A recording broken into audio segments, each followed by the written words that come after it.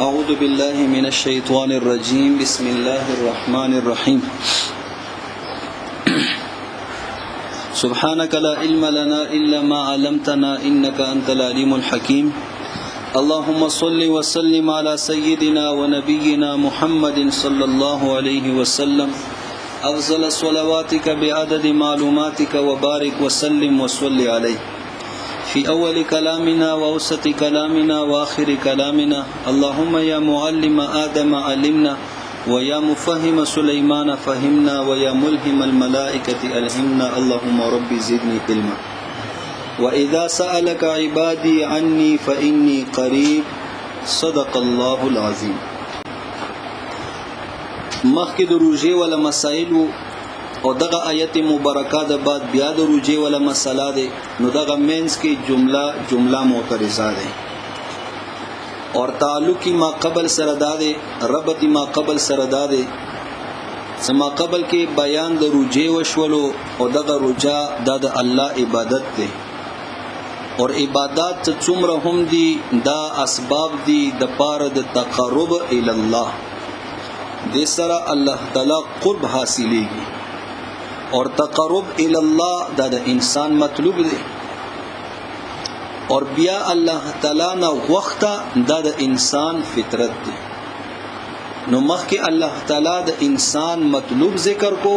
اوس الله تعالی د انسان فطرت ذکر کوي څکله دغه وخت د انسان یو فطرت دی نو صحابه کرام رضی الله تعالی عنهم خو پیغمبر صلی الله علیه وسلم نه پوښتنه وکړه قریب ربنا فنناجيه ام بعید فنناديه آیا زمونږ رب مونږ ته نږدې دی چې مونږ ورسره مناجات وکړو مناجات یعنی بس زړه کې یا الله یا الله اور اندرنګ یا مونږ نه لری دی ام بعید فنناديه چې مونږ ورته چغې وو چې یا الله تلالی ورته ځکه لری دی رانه نو آیا مونږ ته نږدې دی څه مناجات یا مونږ نه لری دی څه اوازونه ورته وکړو چغې ورته وو نو دغه پوښتنه وکړه الله تعالی دغه آیت مبارکه نازل واذا سالك عبادي عني فاني قريب. اوس مولوی صاحب دغه دي کې یو دا خبره یاد ساتو چې قران مجید کې الله تعالی کله سوال تصوراتي ذکر کوي تصوراتي سوال لکه څنګه تاسو تحریر سمبټ یله دي نو دغه تصوراتي سوالونه د قیل سره ذکر کیږي یعنی چوک اعتراض کوونکې نه وي خدا دې چې مصنف ته لیکون کی تا یو اعتراض مختراشي چیرې دی باندې دا اعتراض کیدل شي نو بس هغه ذکر کی او بیا فإن قیل سره ذکر کی چې قائلی معلومه نه دی نو اندرنګ قران مجید کې هم کله سوال تصوراتي ذکر کیږي اور کله سوال هغه واقعي ذکر کیږي نو بیا قاعده اور ضابطه ورکې ده چې کله سوال تصوراتي ذکر وي نو هغه بیا بغیر د واو نه یعنی يسالونک سره رسی او چې کله سوال واقعي وي نو بیا هغه سره د واو نه رسی ويسالونک یعنی يسالونک عن الاهله چې مخکې آیت کې روان دي اور ويسالونک عن المحيض هغه تقریبا سبا کې یا بل سبب د تراشي خدا دې صدقه قاعده اکثریه دي قاعده کلیه نه دي ځکه د سوالونه شته چې هغه تصوراتي نه دي واقعي دي خو هغه بغیر د واو نه راغلي نو بهر حال اور بل مولوی صاحب دغه ځکه دا دي سوالاتو کې چې الله تعالی سوال ذکر کړي اور بیا جواب ذکر کړي کم ځای کې هم اول سوال بیا جواب واذا سالك عبادي عني جواب فاني قريب ويسالونك عن المحيض قل هو اذى يسالونك عن الاهله قل هي مواقيت للناس ويسالونك عن الروح قل الروح من امر ربي یعنی کم ځای کې څه د سوال وینو الله تعالی سوال سره د جواب ذکر کړي نو دغه ځای کې یو تعلیم د دارالفتاء بیان کړي چې تا نه چوک استفتاء وکي فتوا د نه طلب کی او ته جواب د فتوی ورته ورکې نو سوال ورسره لیکا صحیح شو ځکه چې سوال ورسره ونه لیکي نو بیا به هغه جواب اندقه راواخلي او سوال به ور سره ځان نه ورټچ کی نو تاسو په بلا واړی پوه شئ. نو دغه دارالافتاء اصول الله تعالی ذکر کو سوال ور سره ذکر کوا. اور بل مولوی صاحب څه کم ځای کې هم قران مجید کې سوال راغلی دی کنه نو هغه ځای کې الله تعالی پیغمبر علیه الصلاۃ والسلام مکلف ګرځول دی په کلمې د قل سره. ويسألونك عن المحيط قل هو أذى يسألونك عن الأهلة قل هي مواقيت ويسألونك عن الروح قل الروح من أمر ربي ويسألونك عن الخمر والميسر قل فيهما إثم كبير. په کلمې د قل سره پیغمبر علیه السلام الله مکلف ګرځولې چې پیغمبر علیه السلام جواب ورته ورکا. اوس دغه دې کې الله تعالی پیغمبر علیه الصلاۃ والسلام په کلمې د قل سره مکلف نه دی ګرځولې. هغه کې نقطه مفسرین حضرات زمونږ مشران استادان دا بیانای صدیقی نقطه دا دی اشاره دی طرف ته دی چې په باب د دعا ال الله کې شائبه د واسطه نشتا. یعنی کچرته د دې کې بل واسطه جواب وي په کلمې د قل سره پیغمبر علی السلام مکلف ګرځولې وي نو مونږ بیا ډایرک الله تعالی ته دعا نشو کولای مینس کې به مو واسطه لټولې یره پلان کې مولوی صاحب رته دعا وکا پیر صاحب دعا رته وکا اجي صاحب دعا رته وکا حضرت صاحب دعا رته وکا. صحیح شو. او د دې کلمات د قل نشته مکلف نه دی ګرځولې بلا واسطه جواب دی نو بس ډایرک الله تعالی ته आवाज کوا واسطه مینس کې مالټوا وشوله مولوی صاحب. واذا سالك او سکل پختنه وکیتانا عبادی زما بندگان عني زما متعلق فإني پس بشک از قریب یم. او دغه قربت الله تعالی یو خدا صدغه قربت دغه نزدېکت الله تعالی علما و اجابتا ده. علما و اجابتا الله تعالی علم په اعتبار سره نګدو دي اندرنګ اجابت په اعتبار سره نګدو دي. او دویمه دا چې کله دینه مراد ذاتن هم کېدل شي فإني قریب ذاتن ذات په اعتبار سره نو بیا ور سره ولېږي کما یلیق بشانه الله تعالی شان سره څنګه لایق دی بس الله تعالی مونږ ته نګدو دی. اور بل مولوی صاحب دغه ځای کې الله تعالی سلا نه دی ذکر کړي چې زه نګدو يم چاته نګدو يم نو یو عامه سلا تاسو وبسو قریب الی کل واحد هر واحد د قریب یم. او دغه د کې الله تعالی سلا نه دي ذکر کړي نو معلومه ده شو چې الله تعالی هر چاته نږدې دی چاهه هغه فاسق او فاجر ولی نه وي الله ورته نږدې دی چاهه هغه بزرگ ولی نه وي نو الله ورته نږدې دی. اندې د واجنه یو حدیث مبارک هم دی کنه چې یو د سلو کالو بوډا چې هغه بالکل هر چا نه مایوس شي اور هغه زړه کې د توبې اراده وکینو الله تعالی د دې ول توبه هم قبلې او د دې ول आवाज هم ورسل کالی په کفر او شرک په زناوانو کې په شرابونو کبابونو کې تیر کړی دي. وسکله هغه دغه وخت کې روان دي بالکل ټول خلق ورنه مخړول دي کور نه او بس سوچره ته کور کې انګور د نشار نشي اخسته دورونه کړت کوي ته ورته لګي ما چې ته باروزه وجري کې کینا وجري کې څه کله کینی بیا ونه دغه ځوانان تانګ شي ته مړه بابانو ته د دې کې مطابق مخې غب چرته لګولې نو بیا مسجد تلاړ شي مسجد کې ونه طالبان تانګ شي زیره نه مطالعه کوي نو تکرار کوي ته کړه پکې نه چوب نشي لګوي نو غدي کې تانګ شي نو به څو کې غریب یو چولې کې گلی کې کرسی مرسی واچي بسلته کې کینی. صحیح شو. چوک ور باندې شار باندې سلام هم نشي کوي او سلام وکړو د بابا او پیژنن بیا تاواز کی تراشل خونه او بیا مځان سره کینی چوک مې سلام هم نه کوي بس یو به تیریږي. نو دغه وخت کې د احساس ورشي چې څومره زمانہ ما ګناهونو کې تیرا کا په کفر او شرک او وغیرہ نو الله ته رجوع وکي الله تعالی دې توبه هم قبلې دې आवाज هم اوري نو فإني قریب. اور بل مولوی صاحب قریب دی الله تعالی څومره قریب دی څومره قریب نو قران مجید بل آیات تفسیر القرآن بالقرآن منفصلا چې الله فرمای نحنو اقرب الیه من حبل الورید الله تعالی د شهرتنا هم زیات قریب دی.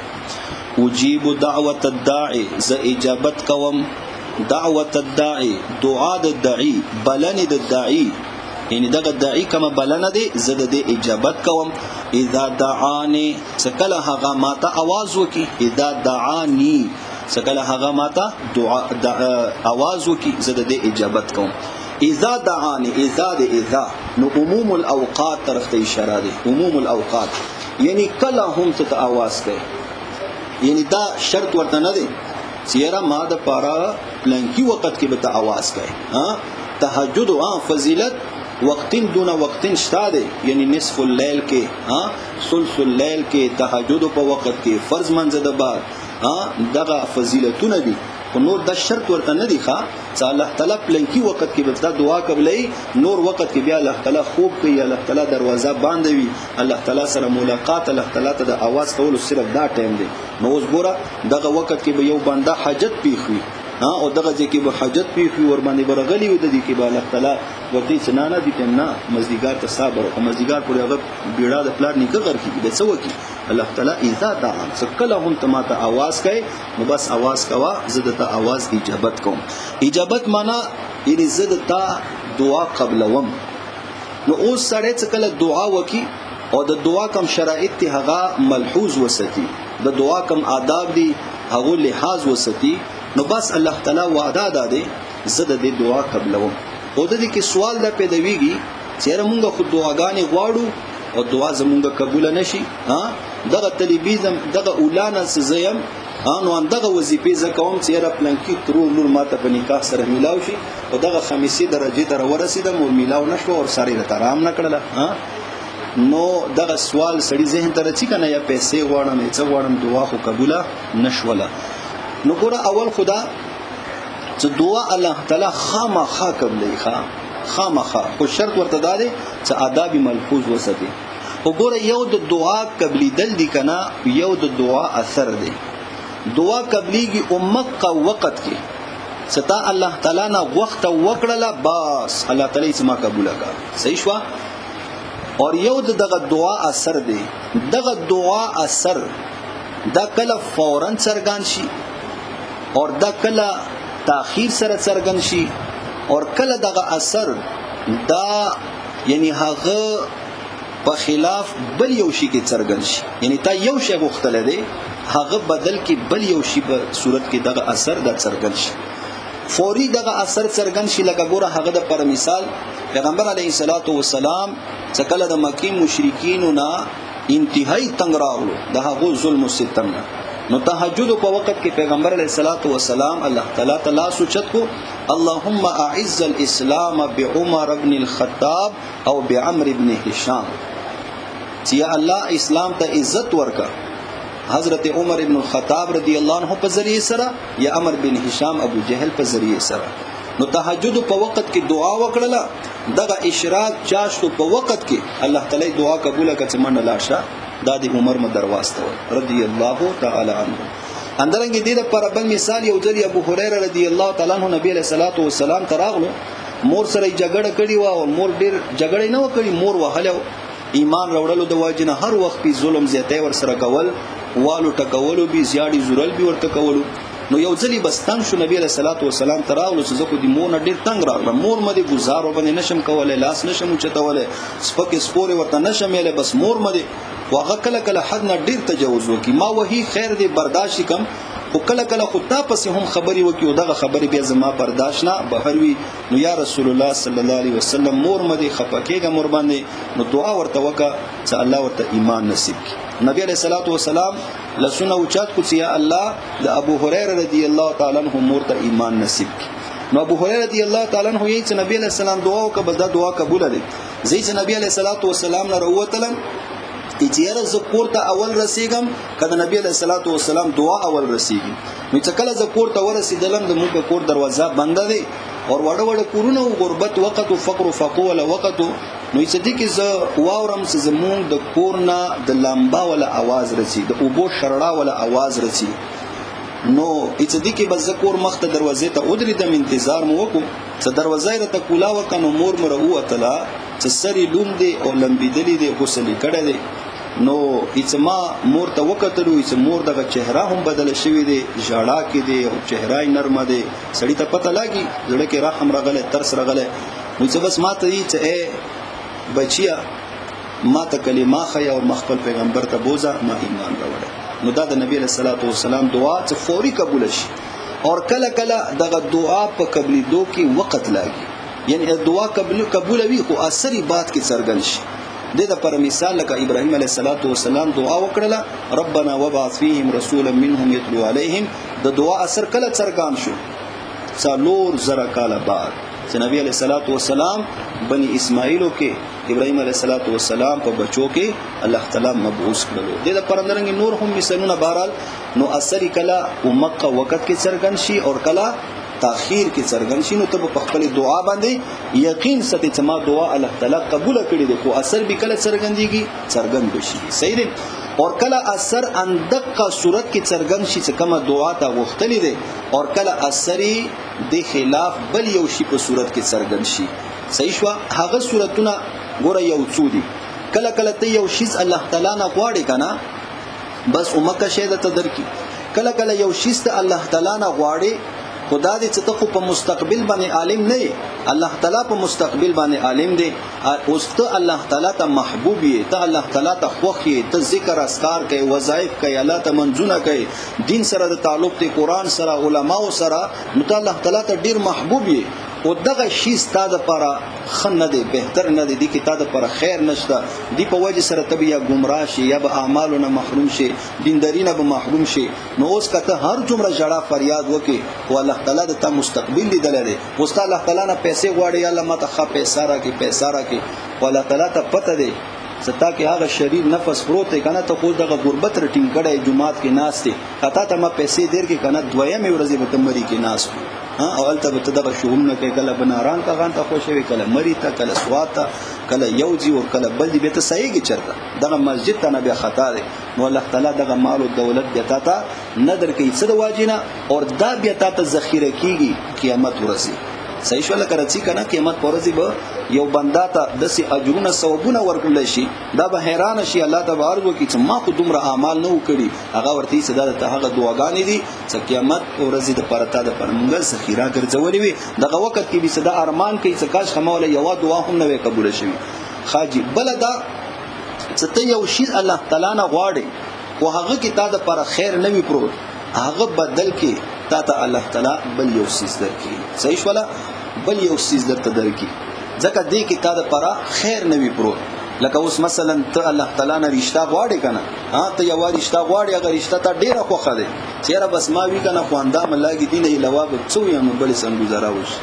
خدا دې ته هغه کې تا د پر خیر نه وي تا د پر درد سروي تا مور پلار د پر درد سروي تا کور د پر پریشانی وي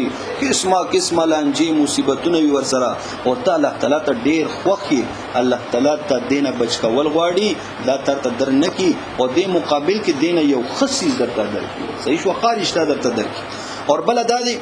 چې ته الله تعالی نه یو سیز غواړي ته مثلا الله تعالی نه غواړي 1 لک روپۍ اوس دغه ځای کتابن یو مصیبت را روان دي کنه هغه مصیبت تابني برسي خامخا وای شو ته د هغه مستحق یا چې ته یو دشکا ملاو شي صحیح دی خو د دې کې چې کله ته الله تعالی نه دعاګانې کوي چې یا لدا یا لدا اوس الله تعالی کوغه دعا قبول کړه الله تعالی کوئی قبلې چې کله شرایط او آداب له لحاظ وسته اوس دغه ته د 1 لک روپیو نه فاله اور هغه مصیبت باندې کم را روان دي هغه د 15 لک روپیو نه تاوان دی ورکی نو الله تعالی دغه شی ستاسو درنه کی هغه مصیبت تا نه واړی او د دې خو ته خپاوي چې زما د دعا قبول نه شوله او الته کې تا نه یو غټ مصیبت الله تعالی د خبرې وي خو شي په خبره نو دغه دعا کې یو څو خبرې دي چې دا تاسو زدا کو د سره سړی زړه ته به اطمینان او سکون د ملويږي او د الله تعالی څخه وعده دي اجيب دعوت الداعي دعان دې کې څه شک او شبهه نشته او تاسو ته نور تفسیر بیان شو فليستجيبوا تاسو طلب د اجابت کو خاجي اوس بلدا فليستجيبوا تاسو طلب د اجابت کو یعنی څه معنا فليدعوني تاسو معنا غواړو تاسو معنا دعاګانې غواړو نو اوس الله تعالی نه څه غواړو ځکه د هر چا خپل مرتبه وی کنه لکه اوس مثلا د هنګو ام ان اي دي هنګو ام پی اي دي تبه ام پی اي نه هغه مرتبه یو شیز مطالبه کوي اندرنګ ام ان اي نه د هغه مرتبه خیال ساتي وزیر اعلان به د هغه مرتبه ولا خیال ساتي صوبایي وزیر کو بیا قومي وزیر اندرنګ بیا وزیر اعظم نو هر مرتبه ولا خیال ساتل شي کنه لکه اوس تلاشي شهباز شریف ته ملاقات ور سره وکړه او ته شهباز شریف ته وی یاره شهباز شریف صاحب زموږ له چولا کا چا دې چولا ورته په خانه کې هغه ته پرې د غار کا زغار شي زګو ته چلول لیدل ما باندې خو یو ورشتي منظور کا موټروي روډ باندې منظور کا ها اندرنګي هسپتال ته جوړ کم نو ته ما باندې اله بلا د کلی ول چولا په خې ټوله دواګه چولا ده ها نو دغه چولې ته بچاته ورسي کونسلر ته ورسي منبر ته ورسي صحیح ده مندرنګي هر ځ خپل مرتبه وي نو ابو ذر رضی الله تعالی عنہ دی نبی علیہ الصلوۃ والسلام نه تاسو کو یا الله یا رسول الله د الله مرتبه د الله تعالی شان خو ډیر لوی شان دی نو موږ الله تعالی نه غواړو څه غواړو څه شی ورنه وغواړو نو پیغمبر علیہ الصلوۃ والسلام ته فرمایله الله تعالی شان ډیر لوی دی خو بندگانو باندې ډیر مهربان دی اتصله ولوین قطع شراک نار ته الله تعالی نه غواړه اگر کته د بوت ولا تسما ولی ونشي وای شوي دا د بوت ولا تسما وشليږي دام الله تعالی نه غواړه چې الله راته جوړه کې وای شي په خبره نو دیو جن هر یو شی الله تعالی نه غواړه بل چا نه ما غواړه فلیستجیبوا لی بیا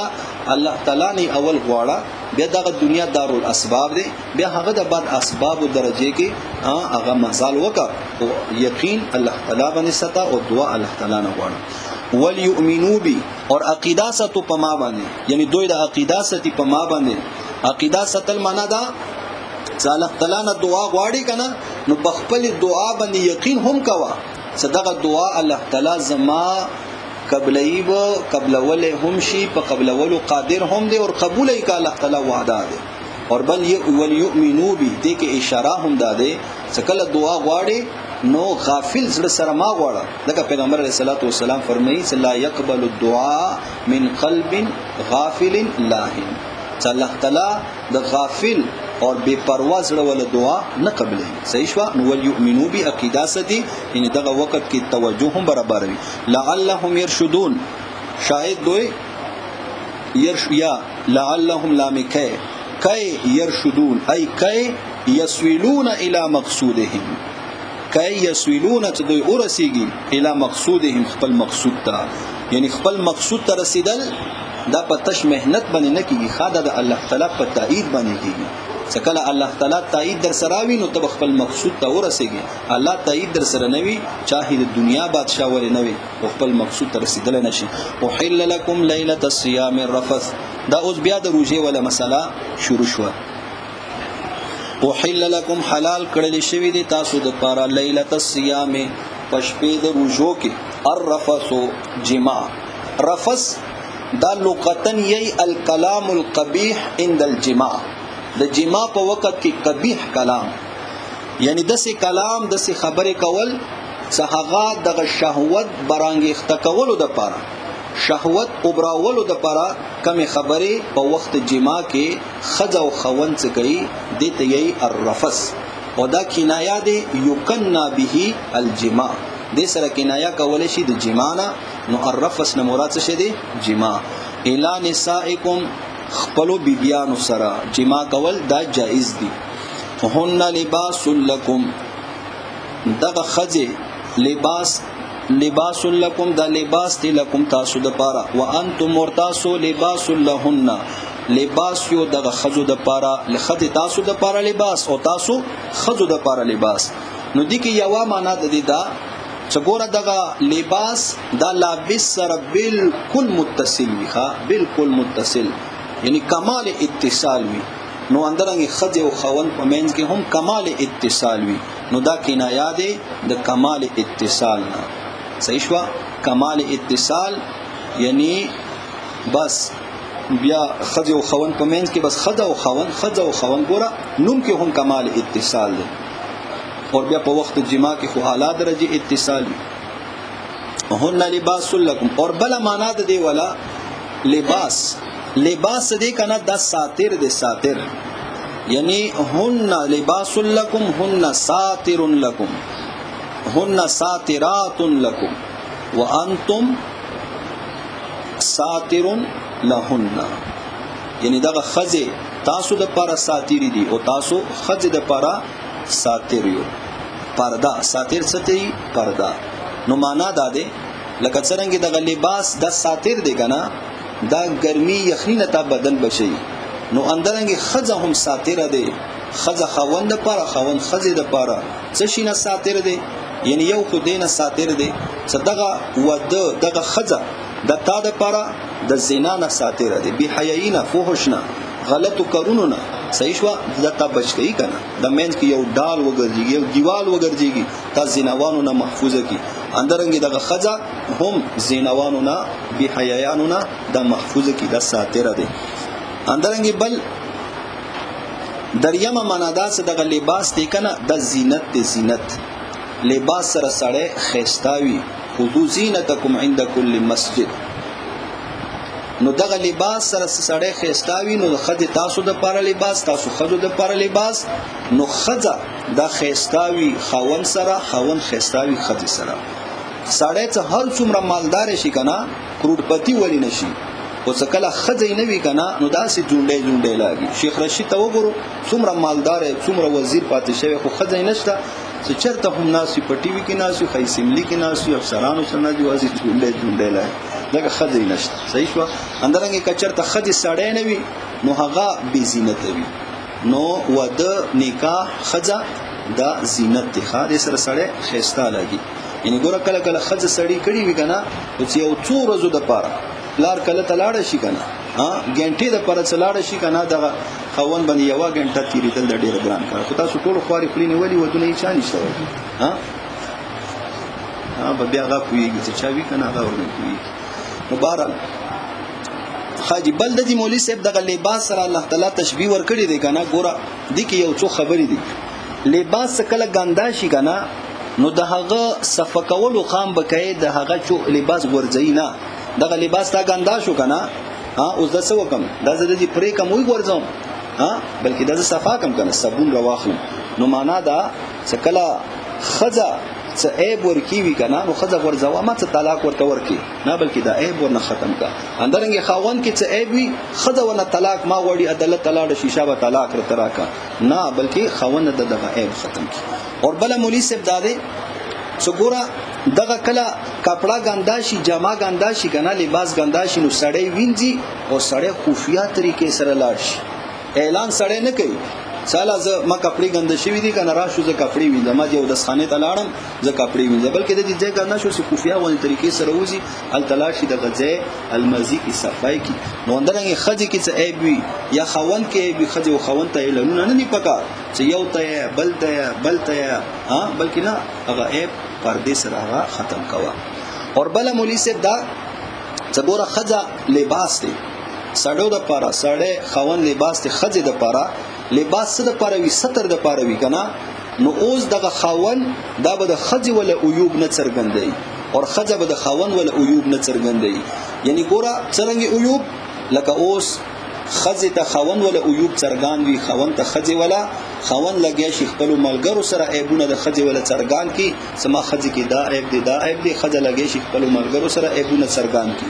اور بل مولوی صاحب دا څکله څه دا لباس دی کنه نو لباس کې ګوره بدن پټ وی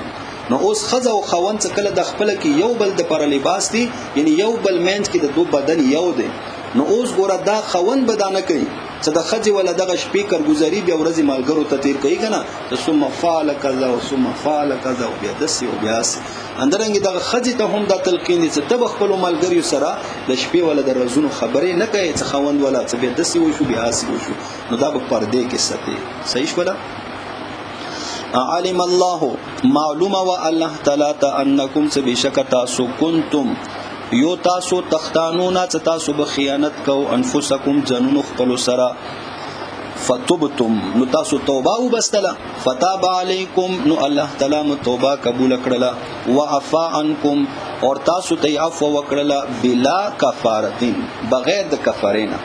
مولوی صاحب دغه ځکه یعنی د شپې د روزو کې جما کول دا جایز اور اندرنګ دغه انکم کنتم تختانون انفسکم فتاب علیکم وعفا عنکم دي کې دوی واقعي دي ښا یو واقعه د حضرت عمر رضی الله تعالی عنہ ولدي هغه فرمایي چې یو ځلی زراغلم د شپې کوړه اور بیبینه مد جما ولا مطالبه وکړه نو دغه بیبی ته ویل چې قد نمتو زخو د شی و مسترګې ملګیدلی وي اور هغه وخت کې ابتدا د اسلام کې حکم داو سما خام سکل روجا ماتشوي تا ته خوراک خاک جما د هغه وخت پوری جایز وو ترڅو پوری چې تسترګې نه ویلګیدلی څکله یو ځل سترګې پټې شوي بعد د بل روجا شروع شوله چاهي یو غنټه ولې نه وي چاهي 15 منټ سترګې ولې نه ویلګیدلی بس خوراک خاک باندې نو دغه بیبي ورته ویلو چې رزق و د شی او مسترګې ملګیدلی ویني حضرت عمر رضی الله نو ورتی څنګه نه بانی جوړه خځه اکثر بانی مانی جوړي او تی څنګه بانی جوړه او ته بانی نه جوړو نه بانی جوړه خو خیر جماعي ور سره کړی دي څکله جماعي ور سره کړی دي بیا ورته یلی چې ګوره ما بانی مانی نه جوړولې زه اختیار او د شیوم اوس لاړ شه پیغمبر علی السلام نه حکم پښتنه وکړه ځکه چې صحابه کرام خو اخرت نه یریدلو الا نه یریدلو ځکه دا نه فرمانی وشوله د دې حکم به څه وی چې صفای وکړه الله ته توبه او بس جرم ادا کو نو حضرت عمر رضی الله تعالی نبی علیہ الصلوۃ والسلام تلاړو دغه خبره او ته بیان کا نبی علیہ الصلوۃ والسلام ته فرمایل چې عمر تاسو دنو پکا څه دا کارو خو خیر ماته د الله تعالی حکم نه دی غلې زو وسلاټ چې حکم راشي بیا ورته ويم ته دغه آیتونه مبارکه نازل شو اندرنګ یو بل واقعیا دی یو صحابي حضرت قیس بن سرما رضی الله تعالی عنه د دې ول واقعیا رسی چې دا یو غریب او یو زمیندار صحابي نو کار روزګار مزدوري کړی دی خو مخام د باد کله کور تلاړو نو هغه وخت کې د خوراکونه خوونه نو بیبي ورته ویلو چې تکینا زدتا خوراک تازه تیار کوم روټه د پخا کوم نو د ستړي سومانو مزدورکار سړیو نو دا څنګه د ډډې لګولې دی کنه نو با سترګې لګېدلې دي خو بیا ولا شه سترګې ولګې دي بل روزه شروع شو نو څکله بیبي ورته خوراک تیار کړی دی رغلې دی او د خو بیا ول دی نو بس خبره خطا شو هغه سباته د روزه پناري باندې شو یعنی نه روزه ماته او نه پرشمه هیڅم نه روزه بل شروع شو نو سباته بیا د قشانتي وشول څکله بیا راغلو نو بیا د سی وشول چې بیبي ورته ویل څه ودرې غزاته خوراک تیاروم چې تیاروم دي کې د بیا ود شو د کله بیا ود شنو بیا خبره خراب شو بل روزه ور باندې پنار شو دریمه شو نو به بعضو روایتو کې چې دریمه روزه وسته څلورم ځالي یا اندق ځالي څکله د دوا ځالي دغه خبره پیښ شو نو نبی له صلوات و سلام ته چې ما سره خود سي دا وشو څه وکم نو الله تعالی دغه آیتونه مبارکه نازل کو تخفیف راوستو چې باس مخام یعنی میرسترګو ډوبیدونه تر صبح صادق پورې تاسو خوراک څښاک جماګانی دا کولش علم الله معلومه والله تعالی انکم بشک تاسو کنتم یو تاسو تختانون تاسو بخیانت کو انفسکم ظنوا خپل سرا نفتبتم تاسو توبه وبسلا فتاب علیکم الله تعالی رجوع بالرحمت وکپتا سبنی نی توبه قبول کړه وعفا عنکم اور عفو وکړه تاسو ته بلا کفاره کفراهم ور باندې را نغلخه کنیا سه خو قصدن سره جماو کی خوراکو کی کفاره رسی کنه فالآن پس اوس باشروهن جامعوهن تاسو جما کو دغه خدو سره وبتغو او تاسو طلب کو وطلبو تاسو طلب کو ما هغه كتب الله لكم سلیکل دی الله تعالی تاسو د پاره الله تعالی تاسو د پاره لیکل دی څه شی طلب کو یو دا من حسن الصحبه هغه خستا ژوند من حسن الصحبه یعنی دغه بیبیانو سره خستا ژوند طلب کو دویم ومن قضاء الشهوه قضا د شهوت یعنی شهوت خپل پورا کو دغه انسان کې الله تعالی شهوت پیدا وکړي او دغه بیبي د قضا د شهوت د پاره نو بیا به نور زيونو کې دغه شهوت او حاجت نه پېخيږي ومن قضاء الشهوه اور بل دریم ومن حصول الولد ومن حصول الولد اولاد ولا حصول ځکه پیغمبر علیه الصلاۃ والسلام فرمایي کنه تزوج الودود الولود تاسو ودونه وکړو د خدو سره الودود څه هغه مینانا کې خدي او د خدو سره ودونه وکړو الولود څه هغه بچی وروړي وبتغوا ما كتب الله لكم او یدي کې بل توجیدا کوله شي چې دغه ما د عبارت ته د عبادتونه ان د دې خود جماګانو اجازه وشول کنه فالان باشروهن نو جماګانې کو د شپې تاسو تجایز دي خود سینوي کنه چې طالبانو کارو کو واذا وجدت فاړم تاسو کله بس بود مندلنو بل بیا هم اوس په څه شي سر پاور باندې کې نه د رمضان مبارک بختوري شپې دي اگر کته تا اوس کال کې انداز چوکیانی دي خو مبارک شپې دي لګي بدتونه ورکی وکړه اندي تما ورنم کې ښه کنه اعتکاف ته شرط لا شرط څه وکړه وکلوا خروتا سو واشربوا ورسو حتى يتبين لكم حتى يتضح لكم تر دې څه واضح شي لكم تاسو د پاره الخيط الابيض الخط الابيض اغه تار اغه لکیره سپینا من الخيط الاسود من الخط الاسود هغه لکیره تورنا من الفجر دا بیان د خيط ابيض دی یعنی صبح صادق او دغه خط نه مراد دغه لکیره نه مراد دا د افق ولا لکیره ده افق ولا لکیره یعنی هغه د شپې تورې لکیره نه هغه د صبح صادق د سپینه لکیره څخه واضح شي جدا شي من الفجر دا هغه مثال دی تفسیر القرآن بالقرآن متصلا ته دغه یو صحابي ولا واقعیا دي کنه څه هغه دوا ترونه راواخسو یو تور تار یو سپین تار بلخ لاندې کېک دولو څه دا وکړه چې جدا شي یو بلنا نو بل بیا بل روزه شروع شي نو هغه خو مقصه کیو نو سبای سلام نبی علیہ الصلوۃ والسلام ته دغه واقعیات راکس ما خو لګولي هغه خو جدا نشو یو بل نبی علیہ الصلوۃ والسلام دغه ایتونه نازل شو من الفجر ستینه مراد فجر دی نو دا په دې باندې هم دلیل دی چې صحابه کرام هغه عرب هم او بیا په قران باندې براه راست نه پویدل چې نبی علیہ الصلوۃ والسلام ورسره نو ثم اتم الصيام بیا اتمام د روزه وکو ال الليل تر شپې پورې نو دغه مخ کې ابتدا د صوم بیان شو ابتدا د صوم ثم اتم الصيام ال الليل دا انتها د صوم دی اور ال الليل دغه ځکه ضابطه تاسو اصول الشاشي نور الانوار قسمی وغیرہ کیه یو کنه چې غایا په مغایه کې داخله نه دی او ضابطه ده چې غایا مغایا څخه کله یو جنس نه وي نو غایا په مغایه کې بیا داخله وي او څخه کله یو جنس نه وي نو بیا غایا په مغایه کې داخله نه وي ایدیکم ید غوتو ونه ستر ولو پوری نو دغه د کې غایا په مغایه کې داخله دي فصل وجوهکم و ایدیکم الی المرافق او دغه د کې شپه د اورز دي شپه د اورز په جنس کې داخله دي نه نو غایا په مغایه کې داخله نه دي نو حکم کې هم نه دي داخله ولا تباشروهن تاسو مباشرت ما کو جما ما کو وانتم عاکفون ای حال کونکم په حال کون تاسو کې چې وو تاسو اعتکاف کوونکی یعنی په حالت اعتکاف کې بیا جما کول د رمضان په شپو کې هم دا جائز نه دي فل مساجد اعتکاف په مسجدونو کې تلک حدود الله تلک الاحکام التي ذکرت صدا کم احکام هم ذکر شو کنه حدود الله د حدود الله تعالی دي یعنی دا پریکړلی شوی خبرې دي ښه حدود دي نو فلا تقربوها دې ته ما نګدو کېږي دې ته نګدو نشو ښه ظاهر معنا خدا دې کنه چې دې ته نګدو نشو یعنی عمل ور باندې ونه کو نه معنا دا فلا تعتدوها دینه تجاوز ونه کو او دینه تجاوز په دې طریقې سره هم دي صدې خلاف ورزي ته وکي خلاف او یاد ہے سدی باندې عمل ونه کی کذالک یبین الله اندرنګي بیانای الله تعالی آیاته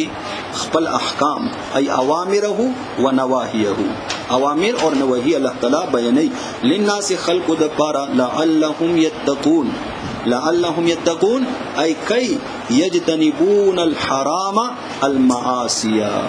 سدوی اجتنابو کی د حرامونه د معاصیونه یجتنبون الحرام المعاصی